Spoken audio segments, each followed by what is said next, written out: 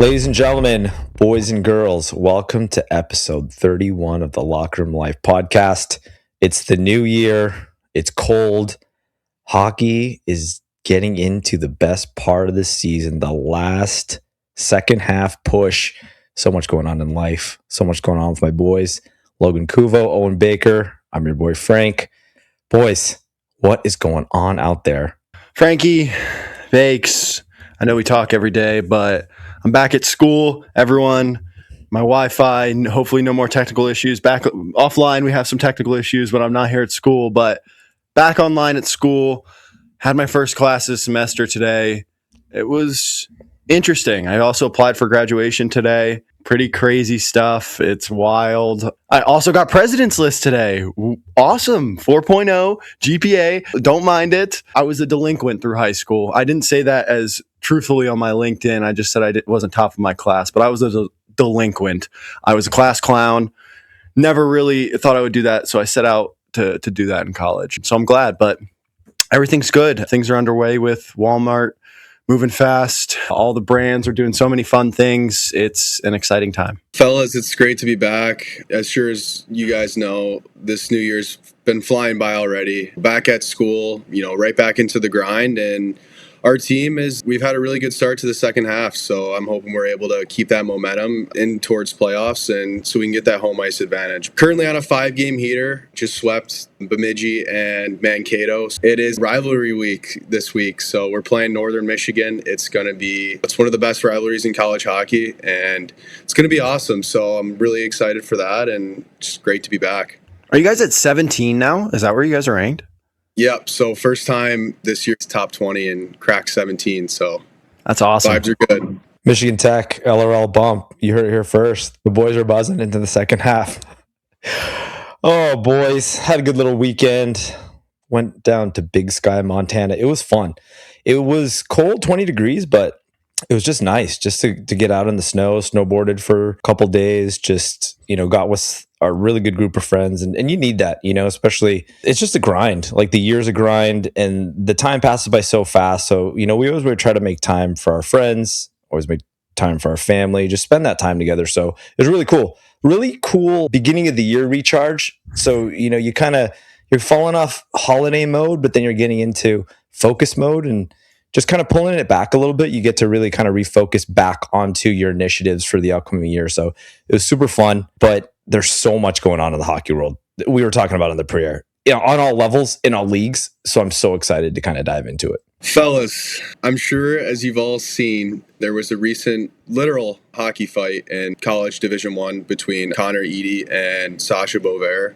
And as crazy as it is, they both got a 2-game suspension, and this has happened once before, a few years back, those of you who remember. But I just wanted to talk to you guys more so as hockey as a whole and where the fighting game is at this point. In this day and age, as crazy as it is to see in college hockey, there's very, mass amounts of restrictions on it, and it's not really allowed. But as far as juniors and the pro levels go, there's still some of that fighting in there. And I just think as much as people say it's a dying breed, it's one of those things where you just can't take it out of the game. It has too much love, too much history, and I just want to know your guys' thoughts.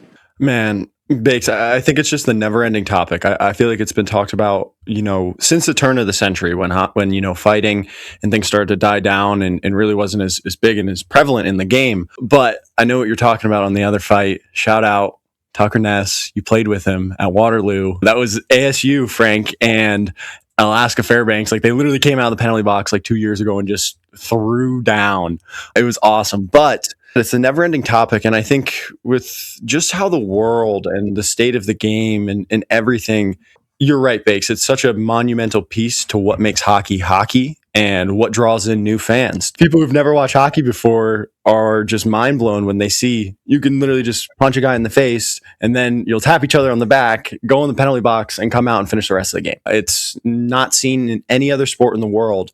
And I think that's what makes hockey, no matter what. And people who don't play hockey, it comes from a sense of respect. And it's not really, some guys, it was their job. But most of the time when it happens is a sense of respect. You're doing something that you're not supposed to be doing and you're going to get punished for it. Things like taking out a rookie, taking out a goalie, hitting someone from behind. It's all of those things. And I feel like it's just it's ingrained in all of us. It's just a part of us. Yeah, I mean, the ongoing discussion about fighting in hockey is age old, right? There was a comment from the officials in college hockey that said this does not belong in college hockey. Fighting does not belong in college hockey. And for the current ruling, as so, but as we talk about it in the ever changing landscape on all levels, the main litmus test of fighting as a whole is on the pro level, the highest level that all these players are trying to get at. Fighting is still allowed. But like you said, the honor to have a disagreement and to settle the disagreement on the ice, like men, hockey players, the honor, once it's done, they're patting each other off and saying, you know what? Great fight. And that is the place of the honor in the game of hockey that I want to stay in forever. The ever-changing landscape in junior hockey, and especially more importantly into college hockey nowadays, how can you really pull a lot of the CHL guys that are now going to be playing NCAA hockey? It's part of their DNA, and again, I hate to make references again about Canada, but in Canada, a lot of those guys played in Canada growing up. You then play in the CHL, and that mentality is ingrained into you in growing up. You're fighting. I was playing at, prep school in Toronto, and guys were ripping the cages off and fighting right then and there. And that's in high school at St. Mike's. So take that into juniors. And then now a lot with the new ruling, a lot of those guys are now going into the NCAA. I can see, again, Bakes, you talked about it, a 2-game suspension where the one last year was like, they were gone for the whole season. Correct me if I'm wrong, right? Yeah, the rest of the remainder of the regular season. So that just even shows you there is probably some talks going on in the background that, hey, look, there's going to be some flex points on these rules. There has to be, because you're meshing together these rules. It's a mentality. And in all honesty, I mean, there's nothing wrong with it. Like, and call it what you will. And there's going to be a lot of people, fighting doesn't belong. Yeah, I can see that, because if you're a person looking on the outside, you see two guys fighting, but that's the age old, connotation from people that don't know hockey at all. So I could see that there's going to be some changes in the ruling, some flexibility. It's not going to be encouraged. Don't get me wrong. It's never, ever going to be encouraged. But I also think they're going to start seeing that it is a part of the game. It has a place in the game. And more importantly, the next level, they're going to fight. So taking it away as a whole is not the answer. So I'm glad to see the 2-game suspension. The boys had a good tilt. I love it. The last point I'll make to that, Frankie, before we close it up, is you're so right. And these players, it's in their DNA to go out there and fight. That's how some of these guys get noticed at the next level, and to keep moving on. It's been a thing for as long as hockey has been hockey. Stopping that in college, especially for all these players now, and just completely wiping it, in my opinion, I just don't think it's good for development, especially when you go against these pros in the NHL or in the AHL, and those guys are going to fight you, and you just need them to be ready too. I could see, even on the half visors, I could see that being a point of contention going forward here. I know college hockey, and again, since the beginning of time, college hockey has always been full cages. But the more and more that you're going to see the intermixing of these leagues, the CHL into the NCAA, vice versa, I think that's going to be a point of contention. I think there's going to be some conversations about it. Will it be a choice? I don't know. Will it be some kind of universal rule in place? I could see it. I mean, I don't know. What do you guys think? 100%. That was my point with that, for sure. I think it's going to have to with everything happening. It's crazy, and it sounds so normal for us to say it, but these guys get so used to playing with visors. It's a real thing. It really is. Jamie Benn put on a visor for a game and he's never wearing it again. He broke his face and he put on a visor instead of a bubble and said he just couldn't play. So there's so many different factors that play into it. That adjustment, going from that visor to cage, it really does make a difference. And that's why, like, you see a lot of guys, at this level, they'll wear a bubble, and it's all about preference. But if it were to switch to a visor, I don't think guys at this level would be opposed to that. And, as far as safety goes, that's how college hockey's always been, cage-wise. But historically, you play at juniors, and when you get to pro, it's all visors. So something to look out for sure. Ladies and gentlemen, this one hits a little close to home for an alum of the league as myself, Boston Advantage. These guys don't understand it. They played too high level junior for me. But the USPHL, NCDC, there's been some crazy stuff happening, and it is literally never before seen in anything. But they're doing a performance payout program of $250,000 per season in funds to be paid out to these players. For example, a player of the week in the USPHL Premier gets $10,000 just wired. I don't know how, wire check, not sure, but it's $10,000 to that person for a player of the week, 70 grand for a national championship in the USPHL broken upon the team. And the season performances for a player in the NCDC, $15,000. And that's just the start of it. It's crazy. And I know we were talking a little bit off air about it, but the ever changing landscape of hockey is really, it's making these other leagues kind of suffocate and be, under so much pressure with the CHL ruling. Everyone is now pouring in to NCAA, ACHA, Division III, everywhere. And to keep the league alive, competitive, I think it's a play at that. And I know we talked about it, but it's just so interesting. And I want to hear your guys' thoughts on it, especially as two hockey people have been ingrained in it forever. It's just so wild to me. Man, I wish I had this when I was in junior, especially for those leagues to be the first to do it. Even with just looking at NIL and college hockey, and now they have this in junior hockey. And for these players, it's one of those things where these guys are already paying to play. So I think it's one of those things where it's really cool to see them being able to get some of that money back based on a good performance. And some of these players and these teams, this is going to be a big thing for them. And it's one of those things where you already want to win a championship. And that's in the back of those players' minds. So, man, I don't know where they're getting the funding or how it all works, but it's crazy, and it's something to keep an eye out for.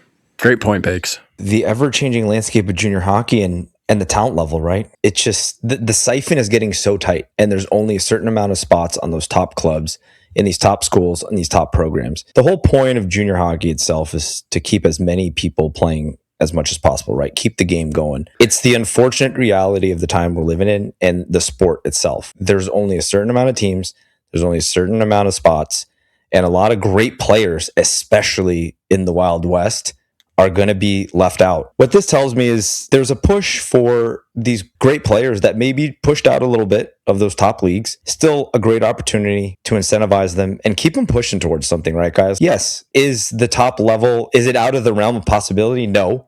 But at least just something for them to keep incentivized, keep them going. I think it's great. I think an incentive system is great, but as we kind of move to the top levels, NIL, that is what has now become the incentive system for everybody, which I completely get. But you definitely need something for these leagues to keep going, to keep thriving, and to keep great players playing. It's really unfortunate. I think those decisions at those crucial ages are being made a lot sooner, just because of the nature of the beast of the competitive level and where you fit in it all, right? We talk about now the big decision is D3 or ACHA. Are you going to play, USPHL or, I hate to say it, guys, but a lot of guys are quitting. And that's not what we want to see. We want to see the guys continuously play, keep playing as much as they can. And it's not so much keeping the dream alive. I think it's just playing and reaching the top of their potential. If you play juniors, at least you're trying to be incentivized, make some money, offset your expenses. At least you gave it a try. And at the end of it all, you learn some amazing life lessons and you're like, you know what? Didn't work out. Perfect. But you never want somebody to quit because they were like, hey, this sucks. I just got forced out of the quote unquote system. So I think it's great. I think an incentive system is important, but yeah, it's an ever changing topic. And I could see this being adopted in some way, shape or form by the other leagues that aren't NIL per se. It's close to home for me, Frankie. I don't want that to happen to any other guy either. It's the best game in the world, as we all know that. And I think the biggest thing, the offsetting of the costs is so huge, especially for the families and everyone. I can't agree more with that. Guys, it's all over the place. 2 weeks away from the most exciting time, Olympic hockey. But boys, we got to talk about this rink. What? I mean, I don't know. What are we going to be expecting here? 2 weeks away, the videos, I don't know how old or new. There's so many circulating around. The last one I saw, the stands, most of it was done. But, the upper sections, where people actually be sitting, not done. But then also, they did a little test run on the ice because, it is important to have the ice for the games. Had to stop. Giant hole came up. I want to hear your guys' thoughts on this because it's funny. I'm laughing, slightly crying inside for these guys because it's the biggest honor to play for your country. But there's some serious safety concerns here. And it's not only just on the player level, it's literally on the fan level because there's a process whenever you're putting together a major facility in general. It doesn't even matter for the Olympics or for a huge event. You have to go through safety precautions to test certain things, not only the ice, but you're going to be bringing in world record in spectators. You want to make sure that the stands are, screwed in correctly. Maybe working some tests to make sure that it can hold. Guys, help me out here. What's going on? We keep harping on and everything, but at the end of the day, I'm sorry, it's Bush League. We're talking the best players in the world, the Olympics that comes around every 4 years. I'm so excited for this, but at the same time, you've been given so much time to prepare for this, and we're still running into issues, and it's still, I guess, essentially, it's not up to standard. So with less than 3 weeks to go, I really hope they can figure it out, but it's funny, but it's not, guys. Let's just hope and pray that they get it together so that we can enjoy these Olympics. I don't even know where to begin, to be frank. Who is the project manager here? Is it a sloth? We need to put a wanted poster for this project manager of this Olympic committee on this rink. I'm sorry. I was about to say no disrespect, but this is insane. It is nuts. Just like what you said, Bakes. It's the biggest event in hockey. Obviously, we've had big international events, but this is the Olympics. It is everything to every country in the world. To have this happen, it's funny. Well, there's definitely going to be pictures popped up of the rink. And for all of my AAA hockey parents, players out there, the rink looks like Mount St. Charles. The small neutral zone it's so much smaller. It's insane. You think Olympic hockey, you think the huge rink, but not in 2026. We'll see. Praying for all the players. In all honesty, it's a shame, but we could be completely surprised, boys. We could, as soon as we could be talking about, that it went off with no hitch. That's what I'm really pushing for. But again, if we see some videos of the players walking in, you see the dramatic walk in with the players, and you see some guy with a welding mask just welding on the stands in the back. I'll be dead. I'm dying. I'm signing off, boys. But I wouldn't put it past the boys. But I could definitely see there could be some shots. I don't want to say it's completely fire fest, but it could be some could be some photos out there that would be interesting to be buzzing around on social media. But much to come. They show up on Olympic Day and the rink just isn't there. All the pictures were AI. Virtual Olympics. They're playing VR on the Olympics against each other. Like I said, we're laughing, but we're really crying inside for these guys. Guys, we have another amazing interview this week. Ethan Wittenbach, Quinnipiac University, Calgary Flames draft pick. Let me tell you about this kid. He's young, but he is a killer. This kid is so beyond his years from a mentality standpoint, from what he's done thus far, the accomplishment that he's got this far, but his awareness of who he is, but who he wants to be, is leaps and bounds above any other 18-year-old that I've ever seen. And I'm going out on a limb and saying it, but I'm going to say it because it is true. More importantly, so humble, so dedicated, and you guys will hear he's got a chip on his shoulder, and the best is yet to come with this kid. I can't agree more. You're going to see some awesome things from this kid's hockey career. He's literally like the Terminator. He is so engrossed in being the best version of himself on the ice. And it was, it was just it's so awesome to see into their brains, into their minds, and understand what makes them tick. But it's just an amazing interview. Hope you guys enjoy it. The career that he's had thus far, and for how young he is, just absolutely tearing it up at the Division I level. And there's no secret to that. With the way his mindset is and what he does on a day-to-day basis, really goes to show how determined and dedicated he is. And he's just a great person.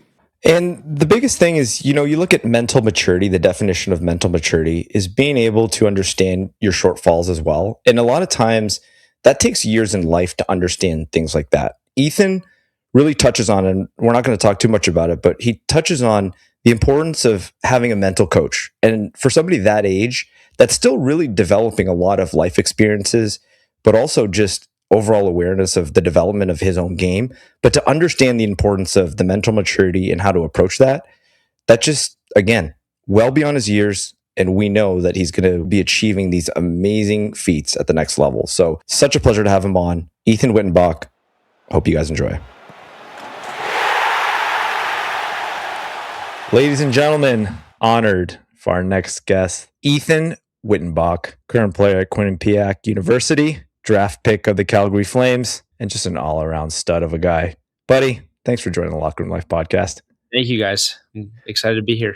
So like we do, Ethan, with all of our guests, hockey. Roll it all the way back. The beginning. Take us through the whole journey. Yeah, I mean, obviously grew up, my dad and his two brothers, they all played Division I hockey at Cornell. So it kind of ran in the family a little bit. Obviously growing up, seeing them play men's league and whatnot, being in that environment made me fall in love with the game. Played a year of house league just locally. And then when I was 6 years old, started playing for the Long Island Gulls. Obviously, some of the best years of my life, some of my best friends, just closest people talk to every day now. Growing up with them and played for my dad. So when I was younger, it was obviously you have those little arguments with your dad, but kind of being able to be around him. And obviously we're super close, and having that relationship with him is kind of stemmed from just being together so much and him taking me to practice and being in Canada every weekend for games and stuff. So obviously it was an awesome time at the Gulls. Played there for 10 years. Was lucky enough to finish it out with a national championship at the 16U level, which was unbelievable. Won it in Vegas. So it was a pretty cool moment and something I won't forget. And then last year moved on to the USHL. Got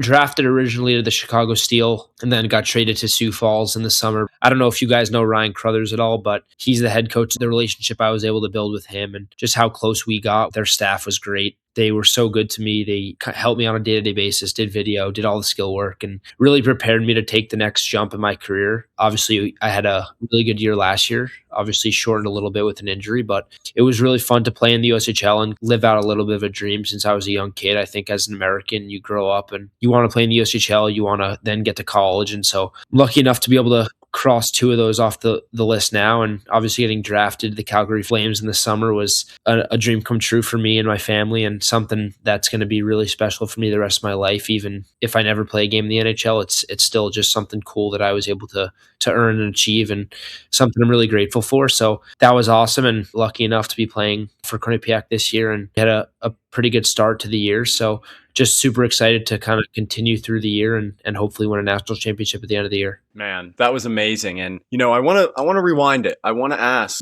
how was it like playing for the Gulls growing up? I mean, they've turned into such a powerhouse program over the past 10 years. How was it like growing up and being a part of it? Yeah, I mean, it's awesome. When I was 8 years old, our team had 10 kids that are now either playing Division I or committed to a Division I school, which is not very common, especially at that younger level. So, I mean, we were always ranked top 10 in the country. We were always relatively a top team. Unfortunately, we had to travel a good amount because there wasn't much great hockey on the island, but it was definitely awesome to grow up and not have to move around. And I was lucky enough to where Vinny Smith and his whole staff, they moved over to the Gulls when I was about to go over to play for them. So I got to stay in my bed 2 extra years. And obviously, I'm pretty fortunate where it's not that common that you get to live in your own house till you're 16, especially in today's landscape. So I was really lucky for that, and obviously was pretty far from home last year, but now I'm back on the East Coast, and it's nice to get to see my parents every week or every other weekend. So that's been fun, and obviously it was unbelievable in Sioux Falls. Loved it there. Some of my best friends were on the team, super close with the staff, had amazing billets. So I've definitely been really lucky with how everything's shaped out so far. First off, congrats on a national. It's the hardest thing to do in AAA. And like you kind of mentioned, I'm a big EP guy, and I was going through your guys' team. Your 16U team was unbelievable, man. All those guys, most of them, playing juniors, committed and everything. Like, what was that like? It was unbelievable. Getting to practice with those guys every day is awesome. I mean, obviously we had a pretty good core from Long Island. I'd say maybe 6 guys were from Long Island, and then the rest were billeted in to play AAA hockey, which is obviously now it's pretty common, but kind of a weird thing to tell people. But we have 10 guys playing juniors. I think I'm the only one in college, but I mean, there's 10 to 12 guys, I'd say, that will all play Division One. Top schools too. Two main commits, Michigan commit, Harvard, just some sick spots. So it was awesome to compete against those guys every day. And obviously when you go to play games and you're playing with those guys, it makes it pretty easy. So that was obviously a blast. And being able to finish the 10-year career with the Gulls, kind of getting to end on a high note was really cool. Yeah, that's amazing, man. And especially the time you're in right now, junior hockey, right? The landscape has changed so much. So, high profile player like yourself, choosing the USHL, I'm sure you had a lot of options. Did you ever think of maybe going into the CHL or looking at that option as well? Yeah, so I mean, the rule changed after I was in the USHL for the first year. So that was kind of out of the question. I mean, I loved in Sioux Falls, knew I was going to finish the year there, had a pretty big role there, and obviously was looking to do some big things in the playoffs last year. So never really in the question during the year. Once I had gotten drafted, Calgary was pretty set on me going to the CHL. The Canadian markets, they obviously see that as a being closer to them, and obviously with how many guys went over there, they figured it might just be better to play against some better competition, which you never know. The style in the USHL is a lot more comparable to college, but maybe just not as high end guys. But yeah, so they had wanted me to do that, and I was really loyal to Sioux Falls, to be honest. The relationship I had built with them was something I didn't want to kind of jump ship for, especially with all the rule changing. And I'm extremely close with the commissioner of the USHL just over the year and stuff. So building that relationship with him, I felt it wasn't right for me to jump at the CHL for money or for whatever the details were. That's not really who I am. So I obviously told Calgary that I wasn't interested in that. And at that moment, they just kind of felt like then maybe college was the right answer. Just taking that next step to be challenged a little bit more and grow parts of my game where I might necessarily not have gotten it in the USHL just because of how much offense I could have put up. I was originally planning to go back to the USHL until I had gotten drafted. So they told me that they wanted me to get challenged and expand my game a little bit, which is why I decided to come into school a year earlier than I had expected. So it was obviously a crazy couple months, just thinking I was going back to the USHL, then getting drafted, then moving into a dorm a week later. So it was just a really hectic summer, but obviously now where I am, I'm pretty happy I made this decision. It's an awesome story. Glenn Heffren, friend of the podcast. He's amazing. How was your time in the USHL? I know you touched on it briefly. Sioux Falls, what does that place mean to you? I know everyone who plays there absolutely adores it. The Denny Samford. Oh, it's the best. I mean, I couldn't say enough good things. It's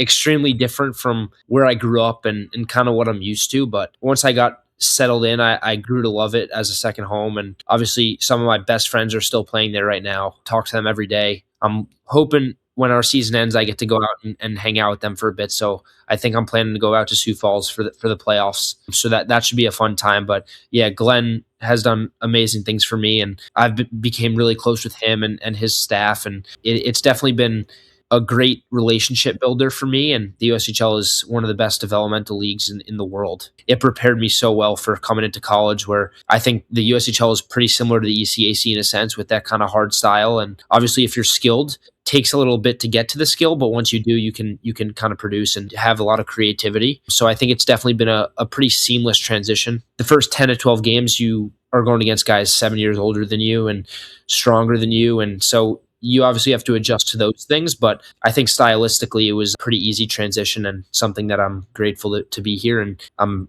definitely grateful for what the USHL did for me. Me and Frank play in the USHL, but I wanted to ask you, from 16U, you make the jump and you absolutely light it up, 51 points last year. And how was that transition? What stood out to you the most? Even playing in the West, it's definitely not easy. It's a tough division for sure. So what are the kind of things, mentally and as far as your game goes, what was the biggest adjustments at that level? I think I had the confidence going in that I'd do really well, but I think it's just the confidence in game in a sense. I think it took me some time to hold on to the puck a second longer than I normally would have in the first couple games. And you definitely have the mental part of it where you're worried to make a mistake and playing under a new coach and in a new team, and you're playing with guys that are 2-3 years older than you. So you don't want to make a mistake. You don't want to be a negative for your team. So once I got over that part and I started producing pretty quick, which was a confidence builder for me. And it definitely helped me kind of settle in and be comfortable in where I was at. So having that hot start helped me. But I think also as I matured a little bit throughout the year, I was able to realize, okay, I deserve to be here. I can help the team a ton and put up some numbers. So once I got in that mindset, I was just kind of able to play my game and just enjoy having fun. Ethan, that's awesome. I'm going to date myself a little bit too, but I actually played for Sioux Falls the first year that they had the franchise when they were still playing in the basketball stadium. I don't know if you're Really? familiar with those days, but great That's town. Bob yeah. Motzko is my coach there. I talk about him all the time to see his successes now. What a great coach. What a great guy. But yeah, Sioux Falls Stampede, first year that they had a franchise, playing in they had that basketball team and they were this giant dome that we were playing in. But to see what it is now, to see the growth of the organization, it's so awesome. And obviously developing great products like yourself. But we like to shed a little bit more light for the younger generation on this podcast, especially for yourself that you've had a great career thus far. But talk about just the fundamentals of leaving home at a young age. I think it's something that's kind of overlooked because it's second nature to us, right? We just keep moving on. We just keep pushing through what the next step is for ourselves. But kind of talk about, especially for yourself, you've done some moving in the past couple of years. How tough is it as a player to continuously just move through the next phase of your life, but keep concentrating on improving yourself? It's tough. I mean, when my parents had moved me into Sioux Falls and they left, I'd never been without them for more than a week, maybe. Obviously, national camp was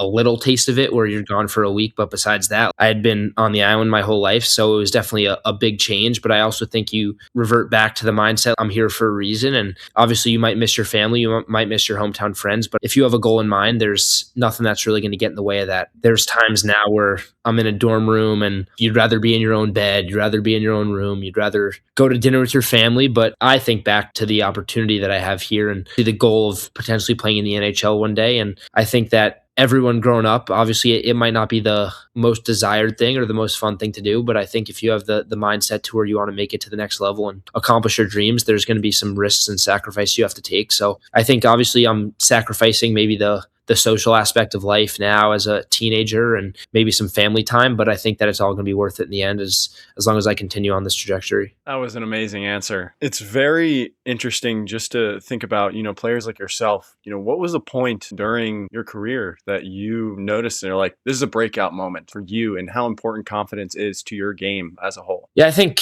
obviously I'm a very confident person as a whole. I believe in myself maybe more than I should in a sense. And I think that's just who I am, who I've been my whole life. And I think that kind of propels me at moments. There's areas in the game where guys are scared to make plays and scared to make a mistake. And I think that's kind of the opposite for me. I like trying new things. I like being creative. I like having fun. I love this game for a reason. Being able to play this game at a high level is something I'm really grateful for. There's really no point in holding back and leaving things up to chance. I think it's important that I play my game and kind of prove to people why I'm in the position I am. And that's kind of what I've done my whole life, whether it's been getting cut from teams I've wanted to make and just doing things that people didn't expect me to. I think that's kind of pushed me and has driven me to be the player I am today. So I'm going to continue to do it. And obviously I've got a lot more I want to accomplish, but I'm really happy with where I'm at and continue to work hard. Yeah, it's no secret. Confidence and the correlation with success. The guys who have the most confidence, they have the most success. And that's an awesome mindset. What was a time throughout your career where you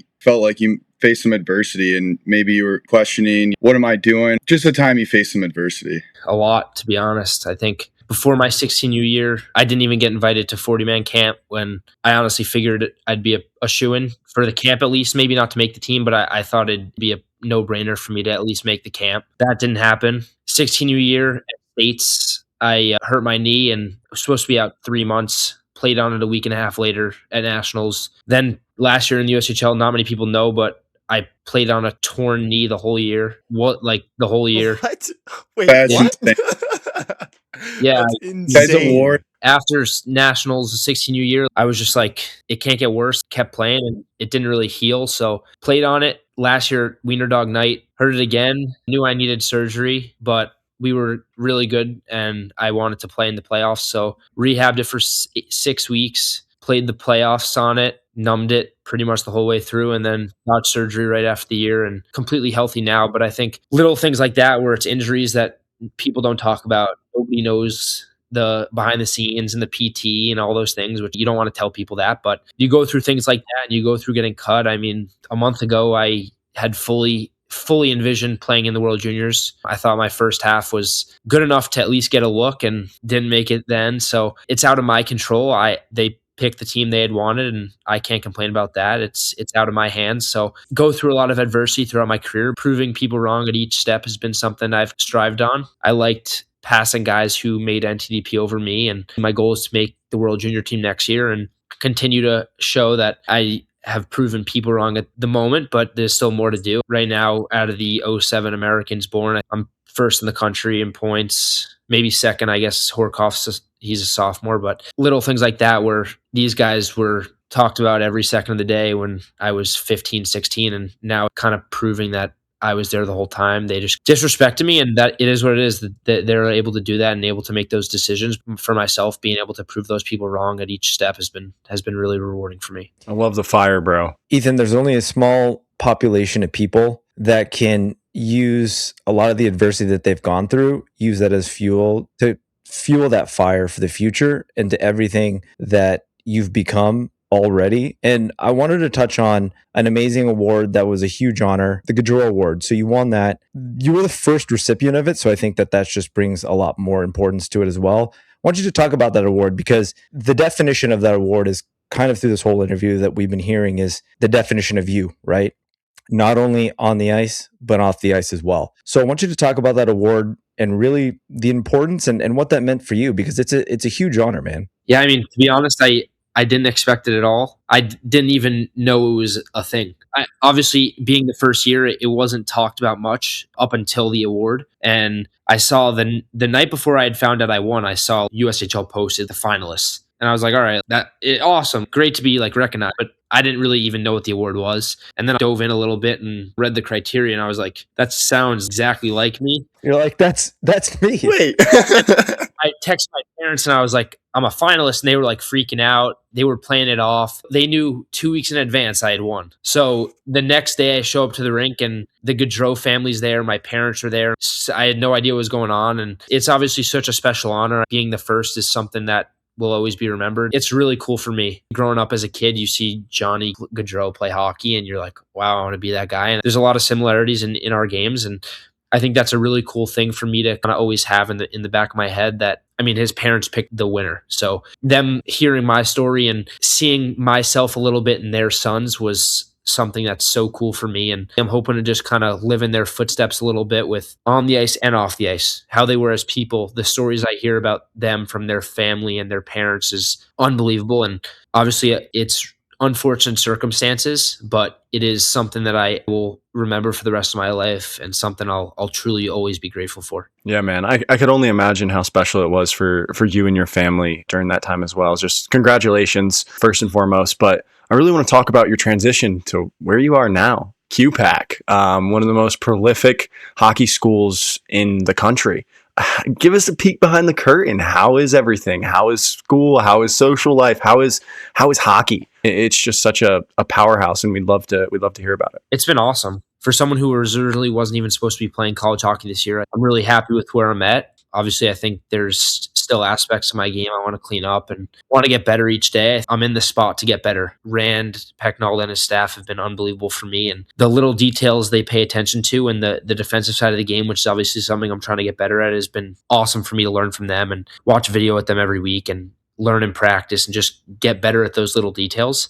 I think that's what's going to get me to the NHL. And I think my offense is obviously what I've kind of grown up being known for. And I think I'm trying to add those other aspects of my game to make me a more rounded player. And I think I've taken so many jumps already in 22 games this year. And I'm obviously hoping to make 18 more jumps with 18 more games as long as we get to the national championship. So it's been a really fun start, and the social life has been good. You can ask other guys that question. I try to stay out of it. I'm here for a specific reason, and that's not my scene. My goal is to play in the NHL as quick as possible. So it's an awesome school. Classes are great. The campus is beautiful. Couldn't be happier to be here, but I'm here for a specific reason, and I'm looking forward to getting better each day in the hockey aspect and hopefully playing in Calgary as quick as possible. So speaking of Calgary, kind of walk us through what your draft experience was like. Did you kind of know going in where you were hoping to go? And did you talk to Calgary before? And did you go to the draft? So I did not go to the draft. I'd talked to maybe 15 to 20 teams. So a good amount of teams, but a lot of the teams were asking for my surgery records and medical records and asking about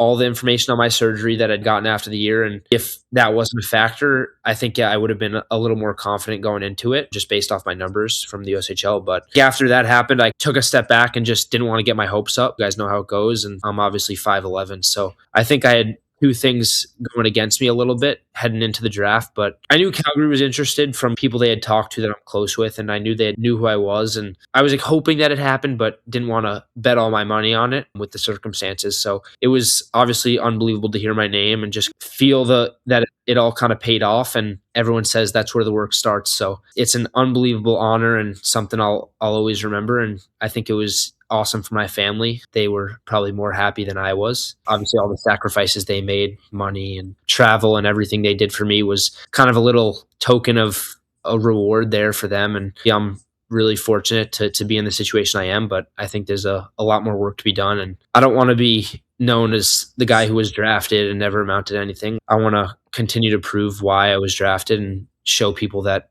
I'm going to make a living playing the sport. Growing up, being from Long Island, it's not seen very often. There's a bunch of good NHL players, Adam Fox, Charlie McAvoy, Pinto Coronado. Like those are the four guys that kind of stick out. But I'm trying to be that next wave of players who came from the island and made a name for themselves in the NHL. That's amazing. And I think the best thing about it as well is just where you are right now, that to have a great support system, like you said, Rand Pecknell, I think I'm biased, but I think he's the best coach in the country. And I say that because he has cultivated a winning culture, but it's known across college hockey of that ecosystem and being successful and continuously being better and better every year. You can tell, you know how you can tell when you look at certain programs and you look at certain people, you can tell that translation of that coaching philosophy is translated through all their players, not only in the college level, but also to the next level as well. Kind of want you to talk about him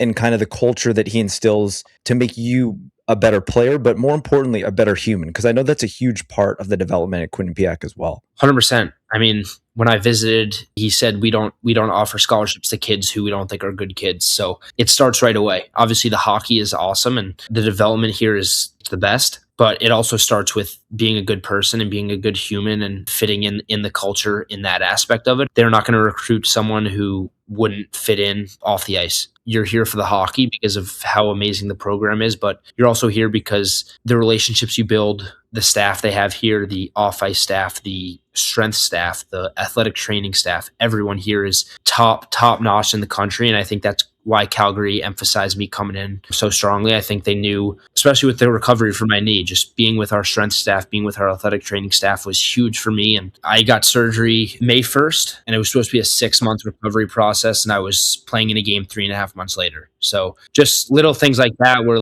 I wasn't sitting on my couch, I was putting in the work in, but I think the staff here and how much they helped me and how on top of me they were, it made the transition so much easier, and not having to worry about jumping into my first contact practice 2 days before our first game and being able to practice for a month before playing a game and getting situated with the guys and learning our systems and learning Rand's little details and his D zone and just all those little things that you don't really notice when you watch us play. That was obviously huge for me, and it really made my transition so much easier. I could only imagine what it is playing for someone like him. And I want to know, walk us through a day in the life and mention your reset habits and your routines that kind of keep you dialed in to be the best. Yeah, I think for me, a lot of guys are different. A lot of guys that when we're at the rink, when they leave the rink, they want to escape hockey. And I'm kind of the opposite. I might be a little weird for saying that. When school starts, we have classes and stuff. Usually we have a block for hockey around, it's usually like 9 to 2 where we're not allowed to have classes. So I usually took some afternoon classes, some online classes, so I get to sleep a little bit. But it usually depends. I mean, we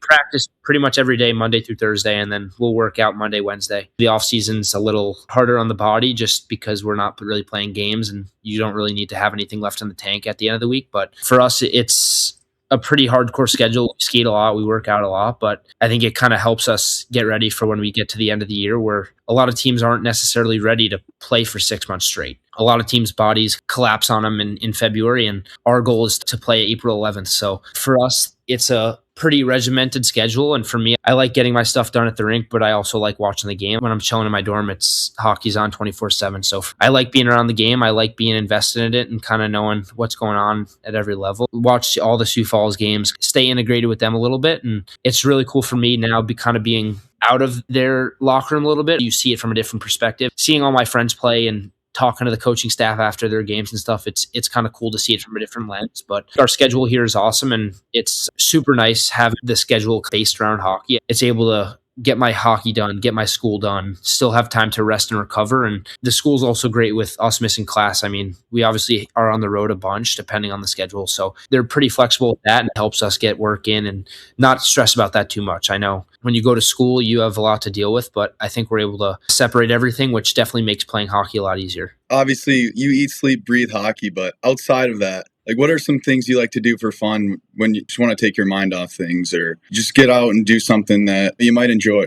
Big golfer. It's a little cold right now, but definitely in the summer, it's a good reset. Be in the gym and on the ice too much probably in the summer, and so kind of getting away from that and playing golf with my buddies and taking my mind elsewhere is definitely good for me. But I think in season, I don't like stepping away. I like being in the game the whole time. When I take my mind off of hockey, there's no point. It's going to reset. It's going to go back to hockey 10 hours later anyway. So for me, it's when I'm in season, it's that way the whole way through. And we have pretty big aspirations for this year. And our goal is holding the national championship at the end of the year. So there's really no point in taking my mind away from that at the moment. After a game, maybe get dinner with the family and reset a little bit before you head into the next week. But when we're in the week and we're practicing and working out and heading into the games, I try and stay as locked in as possible. Ethan, your mindset well beyond your years. And I'm going to say that because if I had your mindset at your age, who knows? Maybe I could be sitting here, but I'm just saying that maybe things could have turned another way. But it really is a true testament to who you are, your mindset, your approach. You literally have one direction, and that's the same path that successful people have. And with that being said,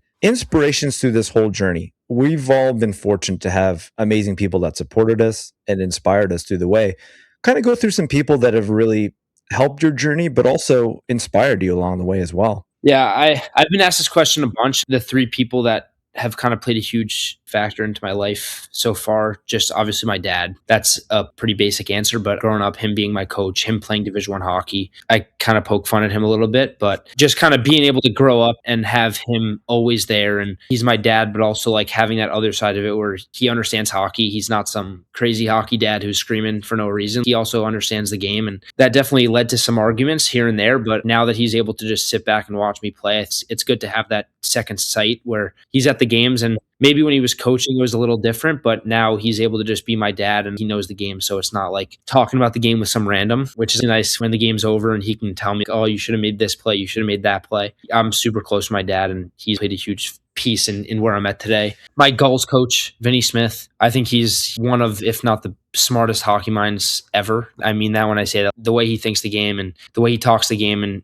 how much he cares about the game is something it's pretty similar to how I feel about the game. And I think that's why we click so well. I look at him as like a second father figure. Obviously, he coached me for 1 year, 16U year when we won, but I talk to him every day and we stay in touch. I see him as much as I can and I'm close with his kids and all those little things where it doesn't usually happen with a 16U coach, but it was kind of natural for me and him. And it's been really cool to grow our relationship. And I know he'll be there for the rest of my life. And then lastly, Vince Maltz. He's a mental performance coach. I started working with him 4 months before we won the national championship, going through stuff with attitude issues, frustration, being a perfectionist, expecting so much from myself to where it's not possible at times. 16U, like if I had 5 shots in a game, I'd expect to score 5 times. And it's a good mindset at times where you want to have that confidence, but also you can't let it affect the rest of your game and affect the rest of a shift or a period or anything like that. So he's been unbelievable for me. He's kind of shaped the way I've thought, and the mindset you guys hear today has been shaped a little bit by him and just kind of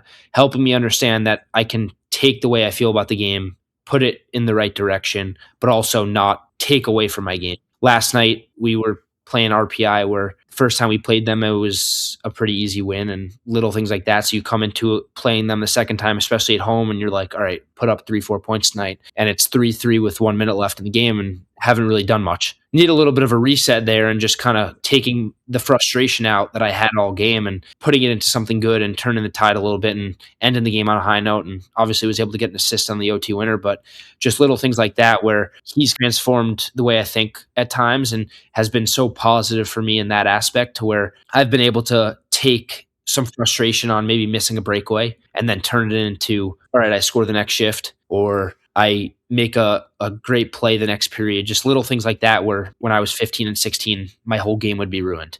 So little things like that. Obviously, when you get to the NHL, you can't expect to score every game and you can't expect to produce every game. And I'm going to try to do that. But when there's games where you don't have it and there's games where you can't really find the sheet, you got to be able to stay positive and help the team in any way you can. So I think growing up, obviously at 16U, you can't really see that much because most likely going to score a lot of the time. Playing the OCHL last year, which got a little different. I mean, last year I think I had a point in like 38 of my 44 games, so didn't really reach it there either. Growing up, you see it gets a ton harder as you get older, and being able to at least, even if it doesn't happen, being able to handle those situations has been good for me to learn. And I think it's showing this year where I can have a reset if I don't have a great period or a great game. And he's been so huge for me, and I expect him to be there with me along the way. I'll date myself for a second. Vinny Maltz, Bakes is going to love this. Vinny Maltz was actually a coach at Wilkes-Barre Scranton Knights when I was there, when I was a young kid. And he's just amazing. Such a good mind of the game. And that's awesome to hear. But in that same light, someone who wants to be in your shoes, Ethan, sitting in the QPAC room, recording a podcast with us, what's advice you would give to these young kids? I think everyone's approach is a little different. My best friend my whole life made the program. I didn't. Just little things like that where like, you're with someone your whole life. You play with them for 10 years and then they're gone. You're here. You know what I mean? He's playing juniors. I'm playing 16U. Little things like that you don't really expect. Everyone's path's different. That's a pretty cliche answer, but it's the truth. Now with the CHL stuff, there's so many leagues you can play in, so many colleges you can play at. And I think for me, it's just if you want something truly bad enough and you actually put the time in, everyone can say, I want to play in the NHL, but are you doing the little things each day to actually mean that you want to be in the NHL? A lot of people say they want to be in the NHL, but then in the summer they're out partying and doing other things and not really putting the effort in to actually earn something. I think for me, it's just having the confidence to actually do it, but also then proving that you're going to put in the work and take the time to dedicate yourself to maybe sacrifice some things that you wouldn't necessarily want to. But if you truly want something, you'll be willing to sacrifice those things and put the effort in. Your mentality, man, is just, it's so mature. It's unbelievable. I wish I had that mindset a little earlier, but a little fun thing we like to do at the end of the pod, a little rapid fire. So we'll go around. I'll start. But what's a pregame routine look like for you? And are you superstitious? You listen to music? The most superstitious person. I thought you'd say that. Tell us. Let us know. Every single thing is like regimented to the minute from, I'd say, 5 hours out. Yeah, it's probably not good, but everyone tells me I gotta fix it and try and shorten it, but I do what works. I mean, I eat the same things every day, stretch at the same time, take my sticks at the same time, listen to the same playlist. Every single thing I do on a game day, you'll see me do it every single game. People try and get me out of it, but I also think that I'm in the game before it even starts. That's kind of something for me where even if you're not feeling your best or feeling the most healthy you can be in the middle of the season, if you kind of stay in your routine and stay in that mindset, I think you can be ready for a game maybe 2 hours before the game even starts. And then by the time the game starts, you're ready to go. For me, that's huge. Friday, wasn't feeling well, was exhausted, and was able to just kind of do my routine, stay in the mindset, woke up 5 minutes into the game and was able to win 7-2 and have 3 points. Those things are huge for me. And even if people call me crazy, it has worked for me. And when something works for me, I like to stick to it. Pretty superstitious. So yes.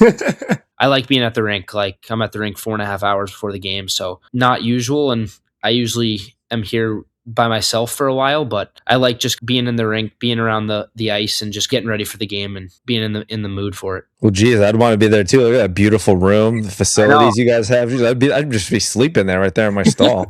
Oh, that's awesome, man. And I want to close your eyes. Next level. I know you're a big visionary, right? You're looking at your dream line mates. Who are they at the next level in the big show? Dream line mates. I'm going to say Matt Coronado and Jonathan Huberdeau. Great picks. Because love that. It'd be great to play with some other special players. Like, I mean, obviously McDavid, McKinnon, all unbelievable people and players, but the goal is to play for Calgary. And those are two pretty good players for Calgary this year. So my goal is to play with them one day, hopefully sooner rather than later. We'll see what happens. Been your whole career, what's been your favorite memory at the rink, on the ice? What has it been? What has been that keystone moment for you? Winning a national championship, you can't really top that. The only way I top that is by winning one this year. So we'll see what happens. But just like little things, I'm fortunate enough to where my dad owns a rink So just going on the ice by myself with my friends at 1 a.m. and shooting for 4 hours. And there was a one time where me and my 4 friends, we were bored. So we slept on a turf field on air mattresses and we're playing shinny hockey at 3:30 in the morning just because we could. My dad gave me the keys and said not to get hurt. So we took advantage of that, and just little memories like that where I'm still a kid, but being a kid and not taking everything so serious. And obviously now, I mean,